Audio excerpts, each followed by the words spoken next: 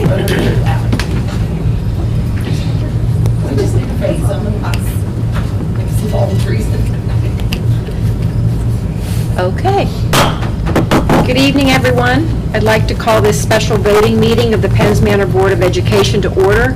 Would you please stand for the Pledge of Allegiance? I pledge allegiance to the flag of the United States of America and to the republic for which it stands, one nation, under God, indivisible, with liberty and justice for all. Nicole, roll call, please. Mrs. Dalton? Here. Mrs. Eckenrode? Here. Mr. Hardesty? Here. Mr. Packer is excused. Mr. Polenick? Here. Mrs. Tate? Here. Mr. Rainey is excused. Mrs. Smiley is excused. Mrs. Williams is excused. I am present. Mr. Johnston? Here. Mrs. Dolges? Here. Mrs. Eglin? Here. Mr. Grimaldi? Here. Mr. Dalton? Here. Mr. Gramling? Here. Mrs. Dalby is excused. Mrs. Sleppy? Here. Mr. Saffron is excused. Thank you. Okay, moving on to the approval of the agenda. May I have a motion to approve the agenda as printed or add, alter, or delete items in agenda? I'll make the motion. I'll second it. Nicole, roll call, please. Mrs. Tate? Yes. Mrs. Dalton? Yes. Mrs. Eckenrode? Yes. Mr. Hardesty? Yes. Mr. Polenick? Yes. Okay. Motion by Mrs. Tate, second by Mr. Hardesty. Motion carries. Thank you. Are there any citizens' remarks? Hearing none, we'll move on to new business. Item 4A, hire elementary art teacher. May I have a motion to hire Ms. Caitlin Marsh as an elementary art teacher commencing on March 3rd, 2022 at Step 1, Instructional 1 of the collective bargaining agreement between the Penns Manor Area School District and the Penns Manor Education Association dated August 1st, 2019 through July 31st, 2022. The beginning annual salary of this position will be $41,212, prorated per the current contract referenced above. Could I have a motion, please? Make the motion. I'll second it. Nicole, roll call, please. Mrs. Tate? Yes. Mrs. Dalton? Yes.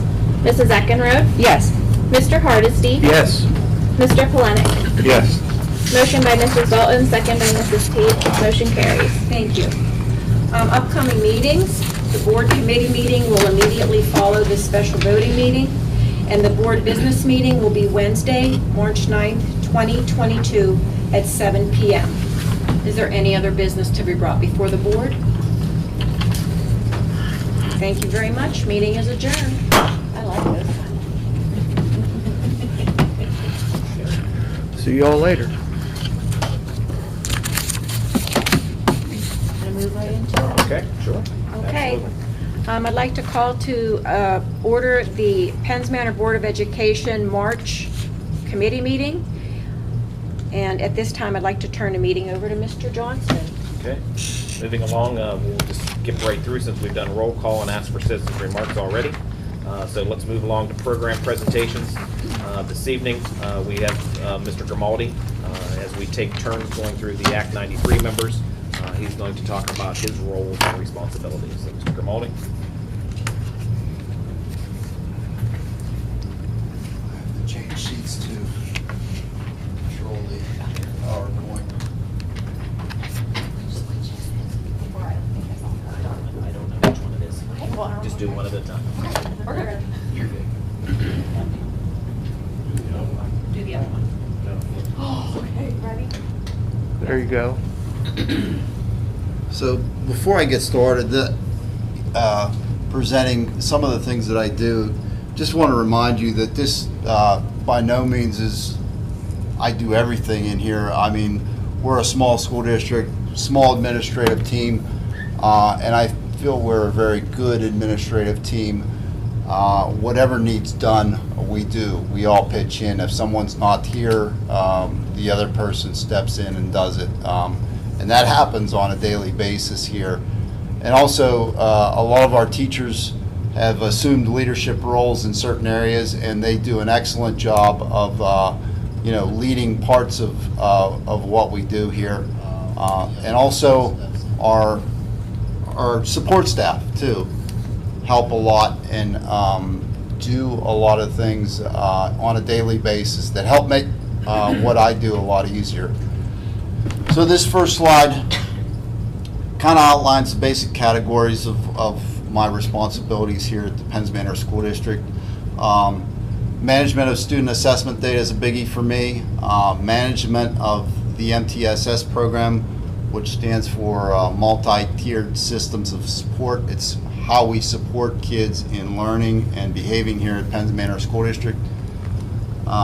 We also have a behavior management team. I'll talk a little bit about that. I do district-wide attendance for the entire district, keep track of that with a lot of help from a lot of people. I lead the high school student assistance program team. We'll talk a little bit about that. All of us administrators, we evaluate and talk about the professional development of teachers, how we can best train the teachers to suit the needs of our children. The Penns Manor Cyber Academy, the role I play in that is something that I'll outline during the talk. Have a little bit of a role in discipline and safety, and a little bit of a role in grant writing. Management of student data. These are some of the student data programs that we use that I am responsible for making sure they're running correctly, and our students are inputted in there. During the summer, I roll everything over to make sure that we're ready to go for the school years. During the school years, maintain them, make sure that we're getting data into those systems and getting data out of those systems so that we can improve what we're doing for our students here at Penns Manor. One of the new ones on that list, the PASS survey, we just started this year. So I had a lot of coordination with Mr. Uhas, who was able to upload all of our student data into the system, and we just completed the PASS survey for all of our students, K through 12, and we're beginning to dive into some of that data to see how we can help students. Some of the other ones, Study Island, the assessment calendar I develop in the summer so the teachers know when we're doing assessments in the beginning of the year, what assessment we're doing, middle of the year, and end of the year. We also have regular data meetings where we sit down with groups of teachers and discuss how we can help kids, and we break kids down into intervention groups. All of the students in the elementary school have an intervention group for math. All of them have an intervention group for reading based on what they need. We're giving students what they need.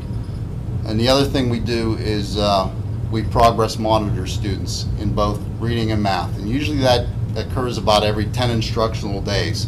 So we make sure that happens and then make sure that students are making progress. This picture is a chart from one of our data meetings. So the colors and the index cards, every student in the elementary school has an index card for reading. Mrs. Roach and Mrs. Henderson, our reading specialists, do an excellent job of setting this up for us.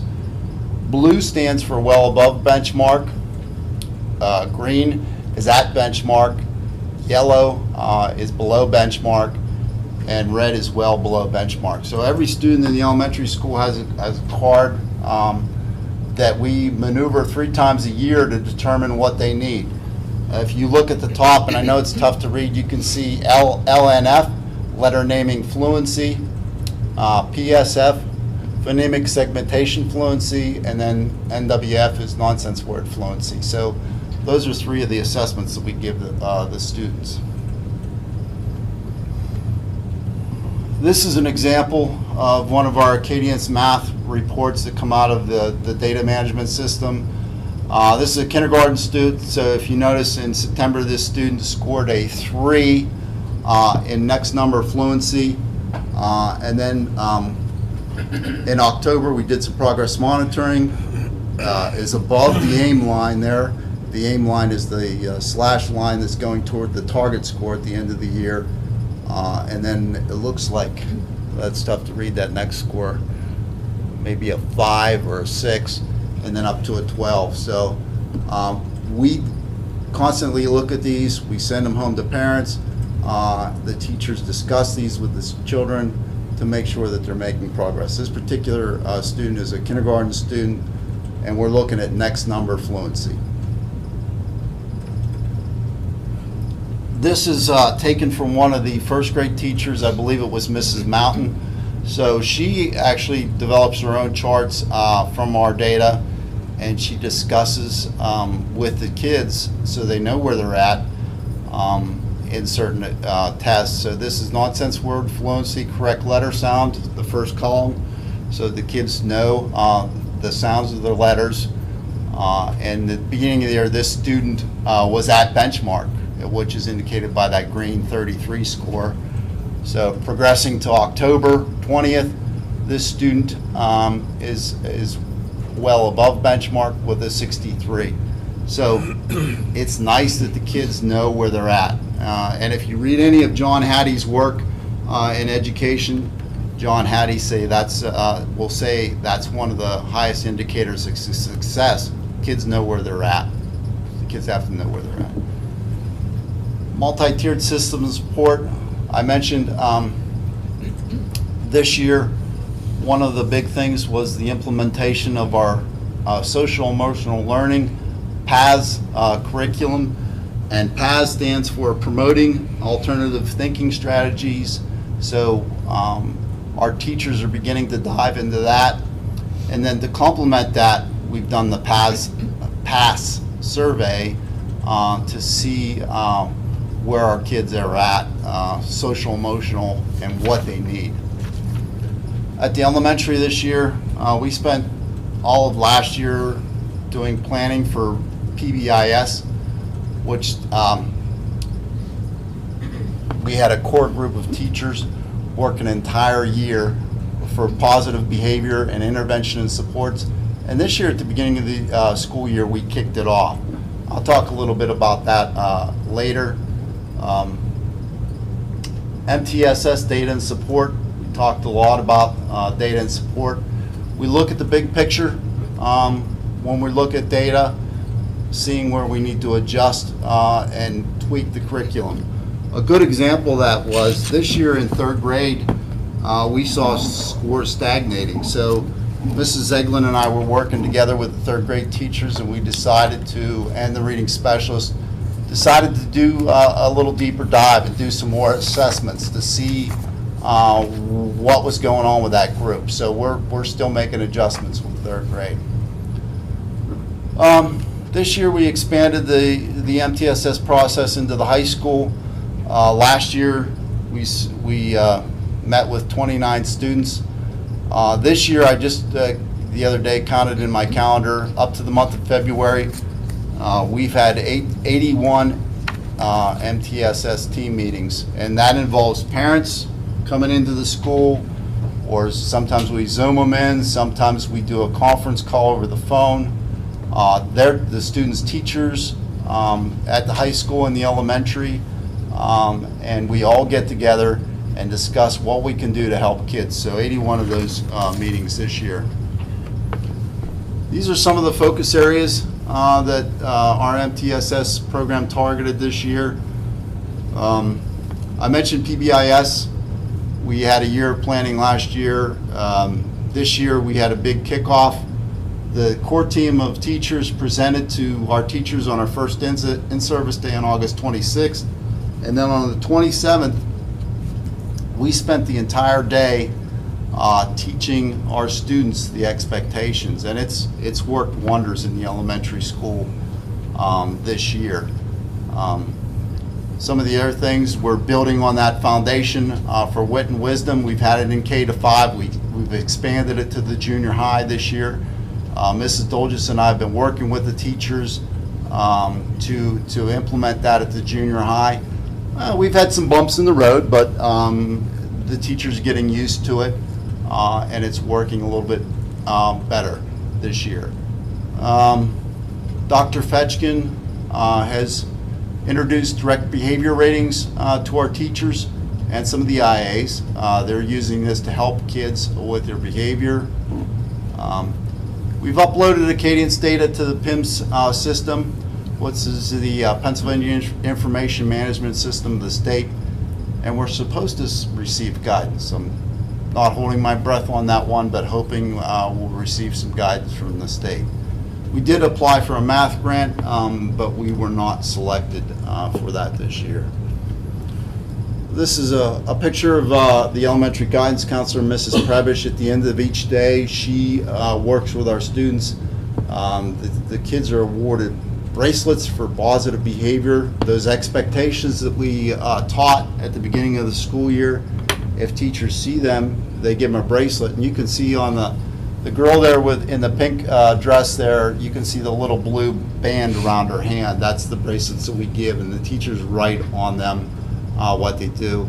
And we also included the support staff, cafeteria, and bus drivers. And we found out after looking at our data that bus behavior was a big area that we needed to improve on. Mrs. Zeglin was seeing a lot of bus behavior referrals. So what we decided to do around December was we decided to have a bus behavior month. So right after the first of the year when we came back, we targeted bus behaviors. We went back over, Mrs. Zeglin and I met with the drivers in August.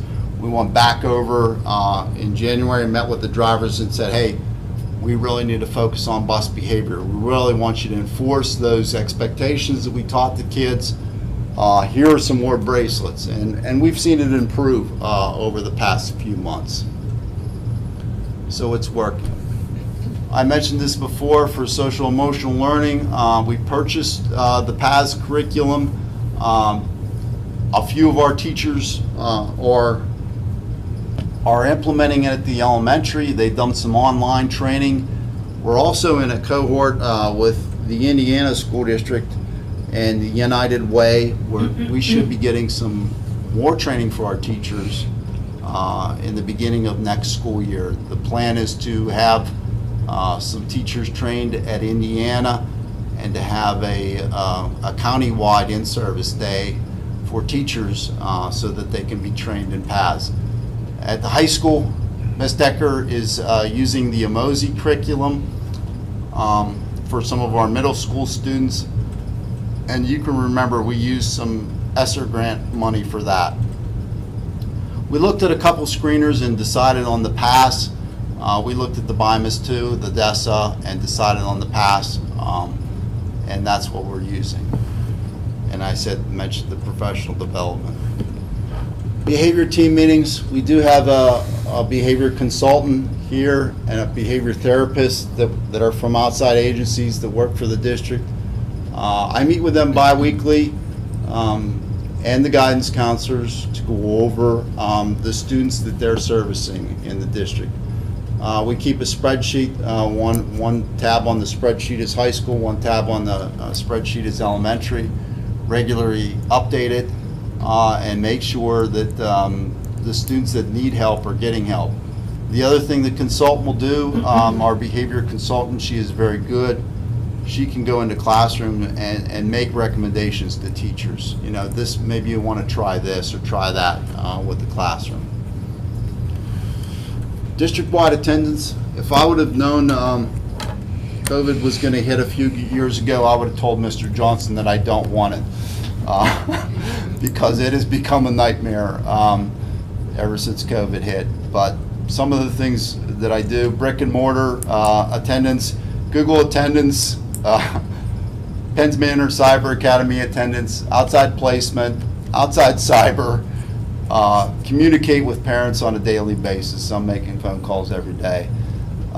Through the pandemic, all of the administrators were involved in contact tracing. We were all making calls. We were all trying to stay on top of that Thankfully, it's chilled out a little bit. I mean, I used to hate coming on Mondays because I would have 5 messages on my phone waiting for me at 7 o'clock, but it's really getting a lot better.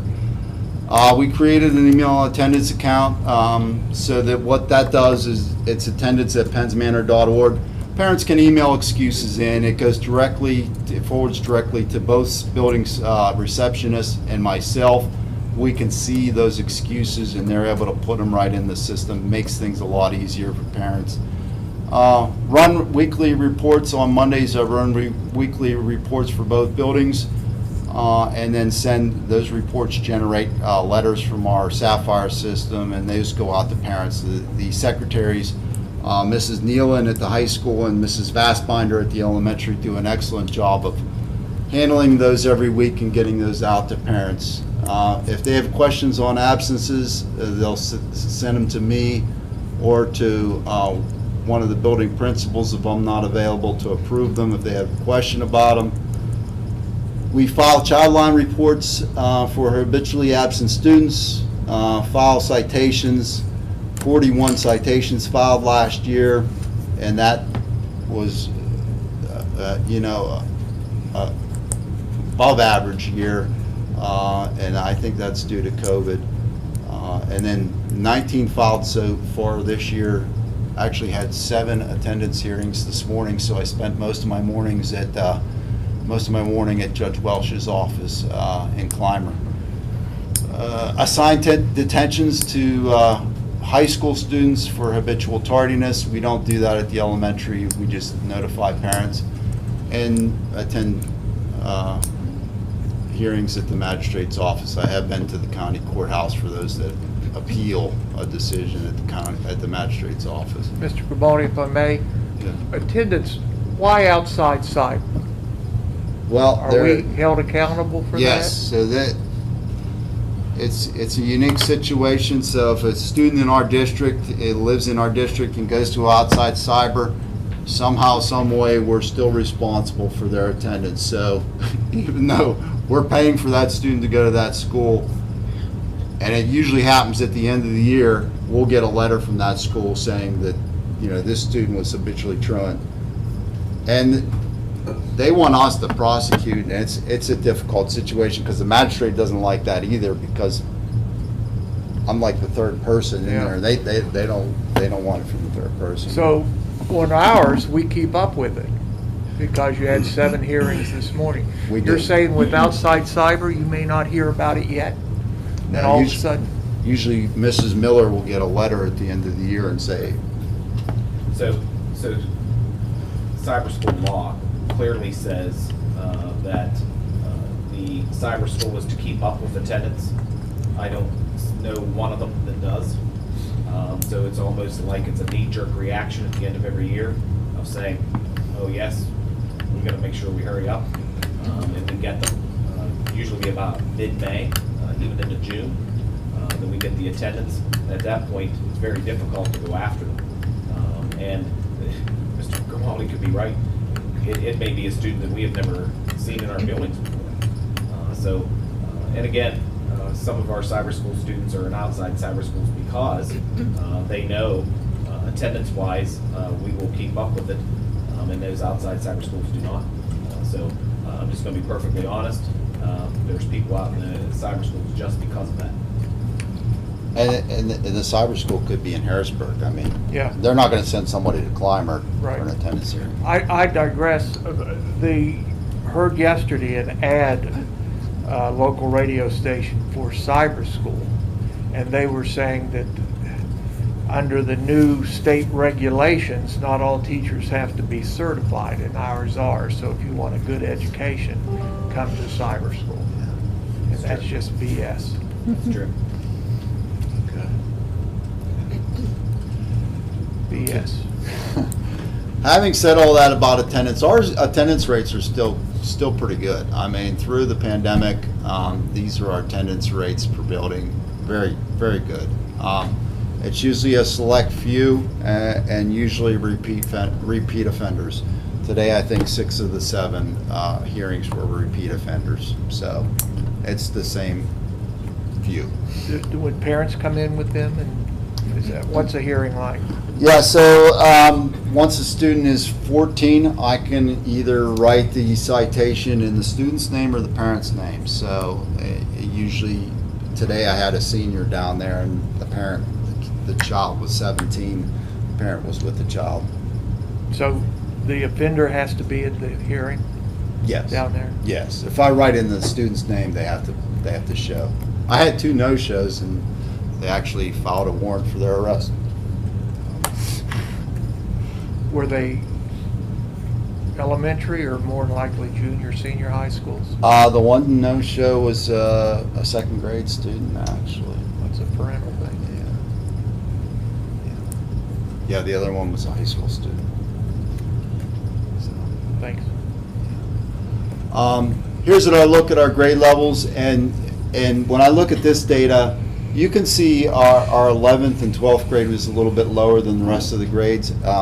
We also saw the same thing actually when the students did the pass assessment. So that's something that we're going to have to dig a little deeper in, you know. And usually you see that in 12th grade about this time of year. Students get what they call senioritis. Our question is, you know, are the juniors getting that a little too early? I don't know. So something we have to look at in the future and, you know, keep an eye on that. Here's the elementary. The rates are real good, real good. I mentioned the Student Assistance Program. We have weekly meetings every Monday afternoon. It involves a number of teachers that contribute to those meetings. Mrs. Dolges and I are at the meetings. We have outside agencies, the Indiana Armstrong Drug and Alcohol Commission. We have a liaison from the Community Guidance Center that attends those meetings. And we also, you know, try to help kids.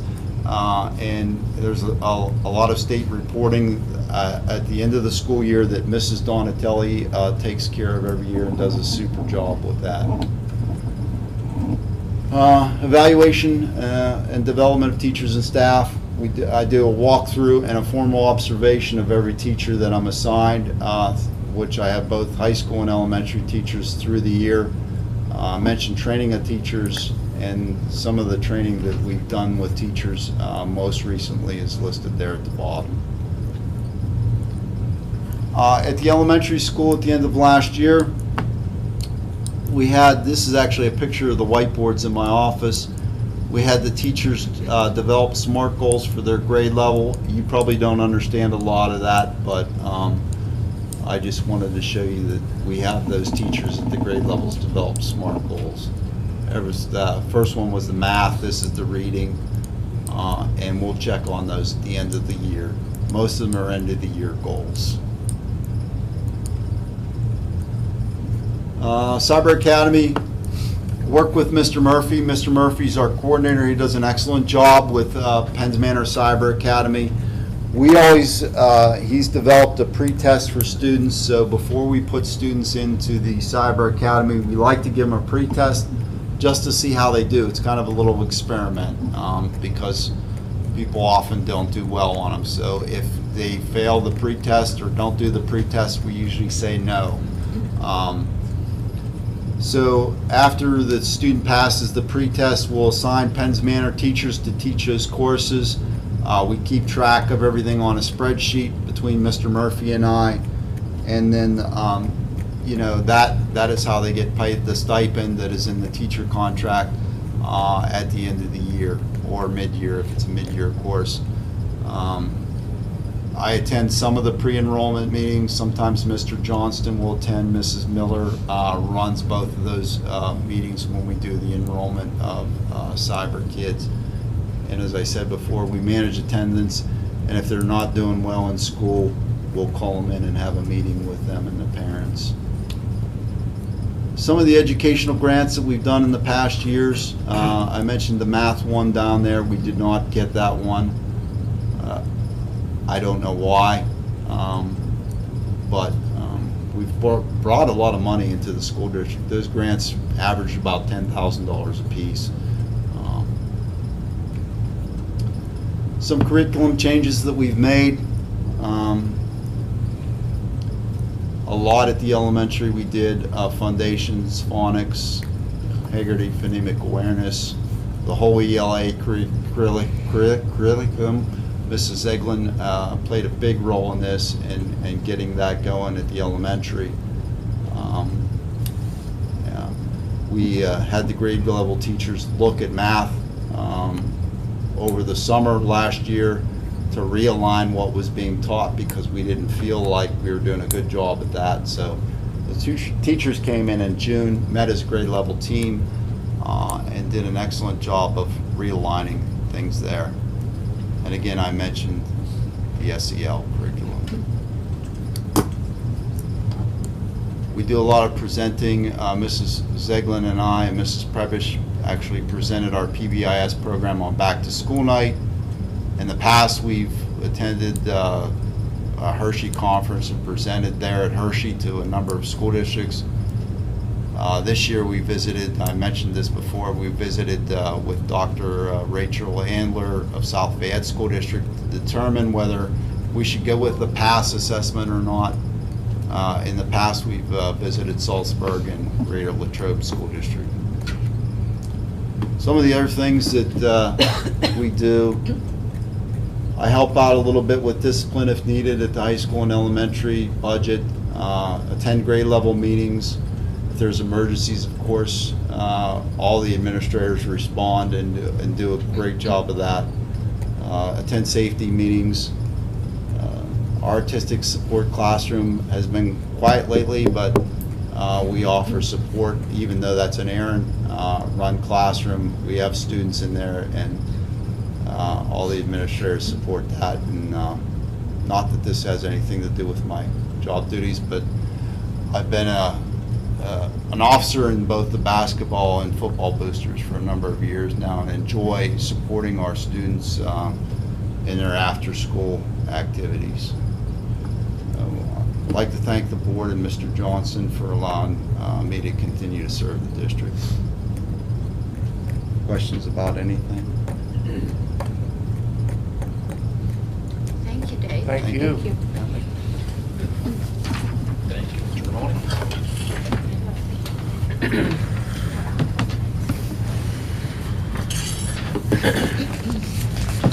Okay, so moving along in the agenda, next items we have to talk about is under number 5, curriculum. And you'll see listed under 5A, and also you have an attachment. There's a list of 59 seniors that we would ask for your approval as graduates, as long as they meet all the requirements. So we'll have a motion on the agenda asking you to approve them as graduates as long as they meet all the requirements at the end of the school year. Do you have any that's shaky this year? Yeah, we do. We have some that are teetering for attendance reasons, a couple of grades. This has been probably academically the worst school year that we've had, as far as kids just not doing their work, and it's So- a rough school year. Do they just get to walk out, or are there state requirements that they? If they don't meet the requirements for graduation, depending upon how many classes they don't pass, they can take a summer course and still earn their diploma. So, like, I talked to a parent today, her son is failing one course. If he does not pass that for the year, he can do a summer course, and then we can issue his diploma as soon as he completes it. Bless Excuse you. me. He just wouldn't be eligible to walk in the minute. But those with attendance issues or whatnot, they can just walk out the door, basically. They would have to repeat their senior year. Okay. Have next year as seniors again. Okay. We send academic letters. I think we just sent them a couple weeks ago. We send, for all this, we send failure letters at the midpoint of the year, any student who is in danger of failing for the year, and all of the seniors, we send those letters certified so the parents have to sign. And it ends up, don't some of those go down to Admiral Perry or somewhere? We do have that credit recovery course at Admiral Perry. The students that we put there are generally, for the most part, Couple years behind or 2 something. years behind. So when that student is 2 academic years behind their graduating cohort, then we put them up there for a credit recovery program. And sometimes in a special circumstance, we'll put them up there. If they're 1 year behind, then it has to be a special circumstance. Thank you. I just want you to keep in mind too, as board members, is that throughout this entire district, students have extra support. If there would be any time that any parent or any student say that they need extra support, I mean, both buildings offer tutoring after school. So it does. It takes the student and the parent to decide that they're going to come to the plate also. So I just want you to know as board members, there's a lot of resources. And people will spend time. So I just want you to know that those It things are all in sounds place. as if we're proactive with those two. We're not saying somebody has to come in and ask, what can we do? Right. Yeah. And at the high school, we do have that flex period where teachers monitor student grades every other Friday, so kids go through their grades. And any kid who has a D or an F in a course, the flex period teachers make contact home with the parents, whether it be a phone call or email. And we counted last year, we had over 1,000 parent contacts for students who were teetering in the PF range. So, but we've actually, we couldn't say this, but we've actually had parents call and tell us to stop emailing them because they're tired of hearing it here. But I don't ever want a parent to say, well, I didn't know. Right? And it is something we looked at, and this is absolutely nothing new. And this is not all parents at the high school by any means, but you always see that tendency of strong support in most cases at the elementary, and then you just sort of see it dwindle as we go through high school. And again, a lot of parents know exactly what's happening in that case, but it just increases in numbers of where we don't see parents coming and supporting those individuals. And that's not all cases either, but a majority. There are some cases where we do have parents who will come in and say, and tell us, I'm doing this, I'm doing this, I'm doing this, and I've tried this, this, and this, and they're the ones that's just not doing the work, and they put them in the situation of they've got to be the one to do the work, so. Other questions? We're penalized as a district if we don't have people graduate, Correct. students graduate. Yep. After you drop below a threshold, when we would be audited and looked at, if we have too many that has dropped out, we would have to go through an improvement plan of things to do. I will tell you though, I mean, I don't know what it is that we don't have in place for any improvement plan, to be quite honest. Because you would look at tutoring, you'd look at spending more time with kids, you'd be looking at having more time that you monitor students, you have more contacts with parents. I mean, I just don't know what we would, honestly. I mean, we would have to sit, if we get in that situation, we would really have to sit down and say, okay, what is it that we're going to add to this plan that we aren't already doing? We do have some students that, going back to the attendance with Mr. Grimaldi, after 10 consecutive days of absence, we have to drop them. So. And that's school code. Huh? And that's school code. That's school code. So after 10 days, if you're absent 10 consecutive days without notifying the school or providing a medical or anything along those lines, then we're required to drop them. And we've had to do that once or twice this year. Twice. They're no longer considered, and that's where we don't get our funding for those two then, I Correct. imagine. So counting that student as a student being present for funding, yep, that goes away. Plus, also, it's in our data, and that particular student will count as a dropout for us. Back on cyber school, do we have those same graduation requirements, or are we still held to the same brick and mortar standard for the cyber school Our students? cyber school students, No, yes. outside. Outside cyber schools, they set those requirements. Okay, we just have to make sure they get there. Correct. Don't get it.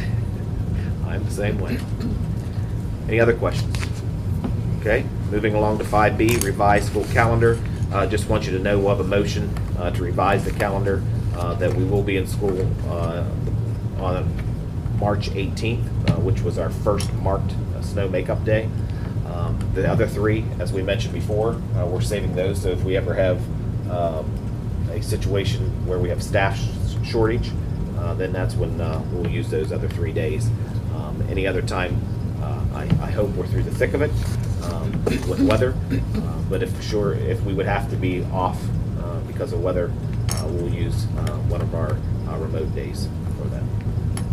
Questions?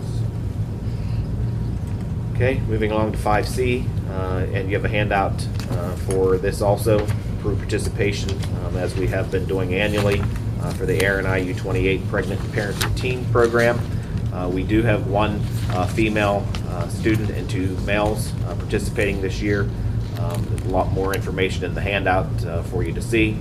Total cost for us to participate is $900. Questions, comments? Is that voluntary for the students, or? Correct. They would not have to participate. That's true. Other questions, comments?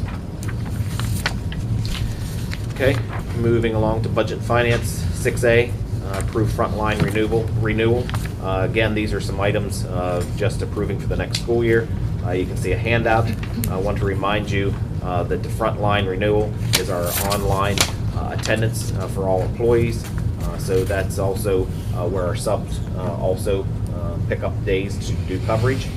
So from July 22 to June of 23, total cost for Frontline is $5,135.34, and we would have a motion next week for that.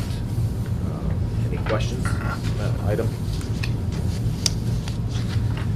Okay, moving along to 6B, we have a list handout there for you. There's another attachment online. Approved budgetary transfers for 21-22 fiscal year, and you can see those listed in that attachment. What is INC and DEC?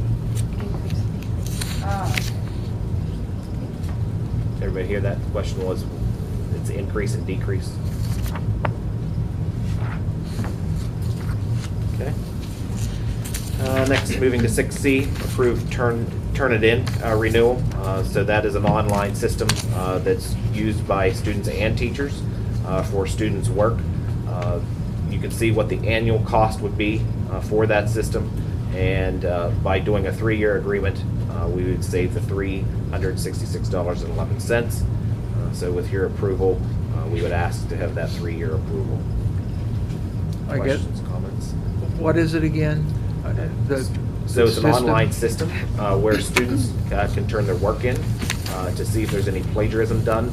Also, teachers can submit students' work in it also. Okay. I don't know if there's any other details, Mrs. No, it sounds that good. you want to add to that. Okay. Next, 6D, approved Pearson Work Sampling License. That is a handout attachment, also asking for your approval. And again, that's an assessment used by pre-K students here at the district. Questions? Okay, next, 6E.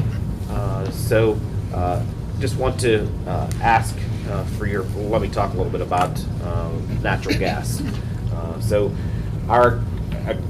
We joined the Allegheny Consortium, Allegheny IU Consortium back in 2019. That consortium was a group joining together to go out and find pricing for natural gas. That expires this August 31st. So what we would like to do is have a motion next week for you to give the authority to Mrs. Sleppy to work with the representative, and I'll explain a little bit more here in a minute. But ultimately, what we're asking is for you to approve a motion to have Mrs. Sleppy work with the person in charge of that consortium to lock in the best price from the time that you approve the motion until we get to August 31st. And I know you're sitting there thinking, well, this is the worst time ever, and I get that, but our current agreement ends the 31st, so we're trying to give as wide a window, but yet give her the authority to work with that consortium to find the best price for our natural gas. Our recommendation, with that said, would be that you give us authority to only do a 1 year this time instead of 3. the Allegheny IU in that consortium has been working with, they purchased the service through Direct Energy. So Mr. Dalton and Mrs. Leppy met with Mr. Ripper is his name, who will coordinate that consortium. And again, we're asking you to give us that window of opportunity to have Mrs. Leppy work with him. And I know this is a tough time to do it. I mean, I know it, but anything that Mrs. Leppy or Mr. Dalton want to add to that? And after that, if anybody has questions, feel free to ask. Anything either one of you want to add? Well, you pretty much covered it all. Okay. Questions from anyone? Could be worse August 1st. Pardon me? Could be worse in August. Yeah, that's true too. That's true too. Okay, so we'll have a motion to give Mrs. Leppy that authority. Moving along to 6F, approve request for lump sum payments at the end of the current school year. 2 more teachers have requested. That's Mrs. Lauer. Mrs. Rogers is listed there. Next, 6G, we do want to set Budget and Finance Committee meeting to go over budget. Looking to do it after next board meeting next Wednesday. I'm just tossing out there, and I know it's Mrs. Tate, Mrs. Dalton, Mr. Packer, but anybody else can join. I just wrote down in my notes, I don't know, it's 15th, 16th options, particularly for those that's on the committee. What's your 15th, 16th March? Wednesday the 16th would work better. Okay. I'm fine 16 with Wednesday, a good one for you. Mrs. Sluppy, does that work for you? I was just jotting these down in my head after school today as to give suggestions. So 6:30, or do you want 6, 7? 6? Gonna do 6? Yeah. 6? Okay. So, and I'll remind you all. So we'll do a budget and finance committee to work on budget on March 16th at 6 o'clock. Okay. Next, moving along, buildings and grounds, topsoil attachment. As we talked about last month, a question that had come up was asking Mark to find what was unscreened topsoil being sold at, and he had pricing from $17 to $18 a ton. Bid that we received from Mr. Altimus was $5 per ton. So he was the only one that actually submitted a bid.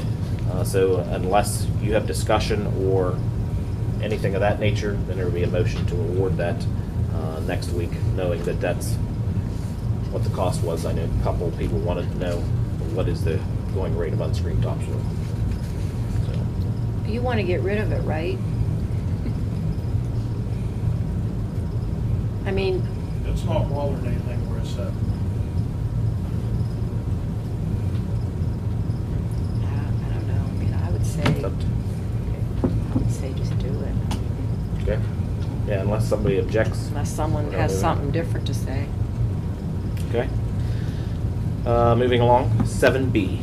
Okay, so let me have a little bit of discussion, and because the Buildings and Grounds Committee actually isn't here, so let me just give you some discussion that we're working on. So we have, and probably because of that, we might not get this approved until next month, but we'll see here. So picture the wall above the first floor of auditorium. So it's the wall that's facing us, if we were able to see out there, and then it's also the wall that faces 403 that's leaking.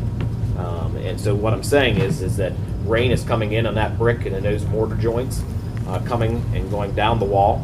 It's coming clear down inside the wall and coming in on the ceiling tile. That's the perimeter of, if you could see, the front of the auditorium and then back the hall from home ec and the old choral room. That is that whole area. So at this point, we've asked what it would take to fix mortar joints, put a seal coat on that, and the cost to do that would be $14,800. And collecting some other information and talking to a couple people that was on the Buildings and Grounds Committee, another question was, well, do we want to go ahead and do all that and seal when, if you look at this side of the wall, there's actually two different colors of brick. We also have grate, am I saying that right? Grates? Am I saying that? Air take grills. That also is on this side that actually have no reason to be there anymore. So I do want to say that I'm going to be presenting that to the Buildings and Grounds Committee of taking a look before we approve fixing those mortar joints and that type of thing. Is there anything that we want to do to that wall before we go and spend this amount of money? So I will just say, at least in my opinion, we've got to fix it so that the water isn't coming in, and that would be $14,800, and again, that would be capital reserve to get that project done. So I'm going to talk with the Buildings and Grounds Committee to see if then they want to go additionally and look at getting those grates out of the wall, getting the same type of brick color on this before we would actually seal coat on there. So give me time to communicate with that committee, and we'll come back to you. But I just wanted to give you some background as to what's happening there. Any questions so far on that? Is this the wall that we've had concerns several years ago? Well, it was the other side. Okay. So now it's this side and that side of the auditorium wall. Questions, comments? Mark, I don't know if there's anything you want to add to that at this point. No, we need to do something with this, especially the wall going down 403, because it's starting to, the other day we had to run the scrubber down the hallway, we had so much water. So it's time to get it fixed. Is it a special rain that does it, blows a certain way, or? Usually when it comes from the east side. Yeah. But it's still going to happen, huh? Yeah, and it's not going to go away. No. And you'll even see evidence of it if you come in to attend anything. If you look up and we look around the perimeter in the inside hall, you'll see that the ceiling tiles are discolored because of that. Some of them's loaded up, some of them's ended up on the floor, that type of thing. Questions, comments? I will try to get to talk to that committee. I guess I should ask this: if the committee is comfortable recommending that, are you okay with that? Do you want? I am. Want to hear? I will send you an email once I talk with all of them. Okay. Okay. Next is high school gym bleachers. We went through the inspection of the bleachers in all three areas: high school gym, elementary gym, MPR. We are in desperate need of getting some help to the equipment of bleachers at the high school. Here's things that needs to be done. So on one side of the gym, we need to replace the ADA front riser board. We also need to install 40 roller brackets. We also need to replace 16 frame wheels. On the other side, we also need to replace one skirt board. We need to install 16 roller brackets and 34 frame wheels. And you may be saying, well, what's happening? Mark can add to this too. What should happen is that you should be able to go up and those bleachers move with one person that's making that happen. That doesn't happen at this point. So to make all that happen, it would be a cost of $5,880. Have talked with the committee. They feel that we should move ahead and get that done. That would come from capital reserve also. We also ask for pricing on some other things in other locations and also in the gym. But at this point, we want to deal with what needs to be done, and that is fixing those rollers and that type of thing so that we can operate the bleachers properly. And again, that would be $5,880 from capital reserve. Questions, comments? No, not a safety issue per se. No, this is not a safety issue. This is extending the life of the bleachers Sure. we have. Because if we don't do this, eventually we're gonna have to replace them. Yeah. I'm pretty sure you don't see that price tag right now. Well, and just to give you side things, just, and again, I'm just sharing with you because, you know, when somebody comes in to get pricing, then we say, well, if we wanted to have this done, or what do we do if we wanted that done? Okay, so one of the things that we asked was, okay, if we wanted to change the seating on the bleachers and change those out, the cost to change out the seats, $18,690. That's So, just for one side. and that's just one side. So it'd be that for the other side also. So, I mean, we ask when they come in, but then it is, well, what does it really needs done? And that's where we end up. For the right donation, we can rename the True. auditorium, or the gym, Sure. the Grimaldi gym. You said you were a supporter. Get some money to purchase one of the bricks outside Yeah. the high school entrance there. Questions on any of that? So we'll have a motion for that unless majority is objecting. Anybody? Okay. Okay, moving along. Athletics, approve spring volunteer. Well, we have Larkin Crow for softball. Also in athletics, we'll talk about an executive session, the hiring of volleyball head coach, 8B. And then also 8C was the deadline today for assistant girls track and field assistant coach 2. So I'll share that also in executive session. We do have one applicant. Transportation, at this point, we have nothing unless we would hurry up and get a driver that we would want approved before we do agenda on Monday. Nothing under technology and special projects at this point. Public relations, nothing. Policies, just added in because we encountered this, and it's just for an admin regulation. It's actually not even a policy. Handout or attachment, what we're asking for your approval to change on admin regulation 618 AR 0 under student activities. If you turn to page 3 of 4, I placed it in bold and underlined.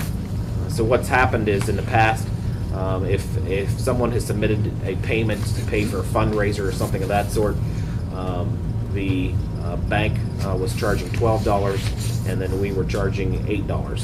Total of, if you have insufficient funds for that check, it was a $20 charge. So bank now has increased to $15. So instead of coming back and changing the admin regulation all the time, what I'm recommending is that we change the language to the $8 fee that we've always had, and then it's plus whatever the bank fees are. So if, 3 or 4 more years down the road, the bank decides that they're going to change their fee rate, then we don't always have to keep coming back and changing this admin rate. Questions on that one? Okay, moving along, new business, approve Mets as a food provider. So let me remind you that we typically approve, and we've approved Mets for a 5-year term. However, the state still makes you each year approve the renewal. And so a couple things are going to happen. Tuesday, Mrs. Sleppy and I is going to meet with representative from Mets. Also, then at that meeting, we're going to go through talking about this process. They've always then given us a indication of, well, what is it that they want us to approve for the year, the quote loss. So that's what that meeting is going to be about. In turn, then I'm going to ask to set up a meeting for the special committee meeting of the board.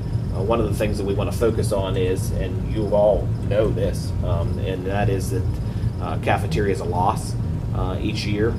So we want to take time and address that and see what we can come up with. So just cluing you in that we need to go through the process to do that 1-year renewal.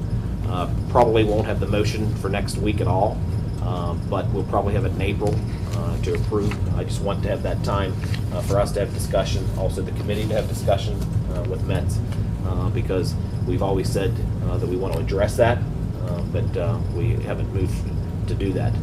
So just wanted to fill you in, and that's what is coming up in regards to the Mets. What year are we in?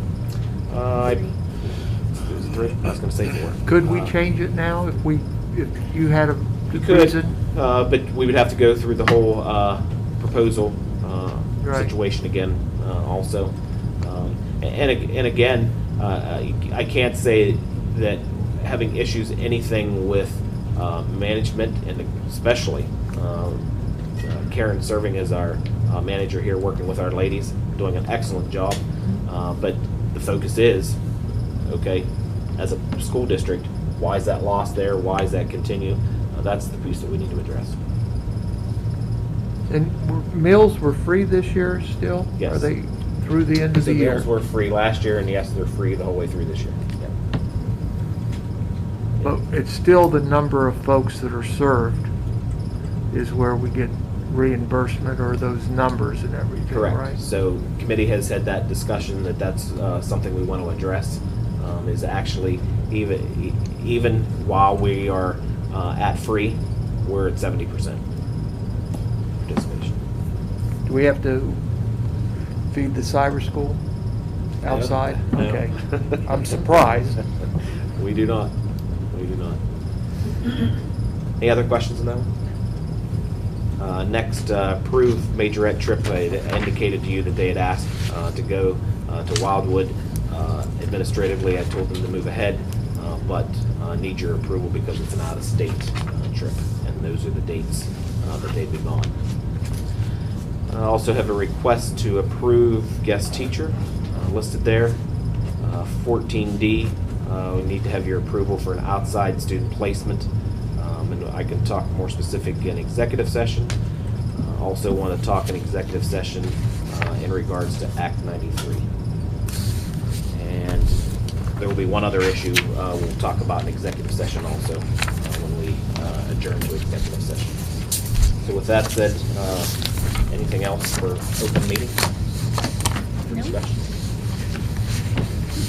Okay, we'll adjourn this meeting and move right into Yep, executive session. move right into executive session, and just the 2 things we need to talk about, so admin, you don't need to, you're free to go.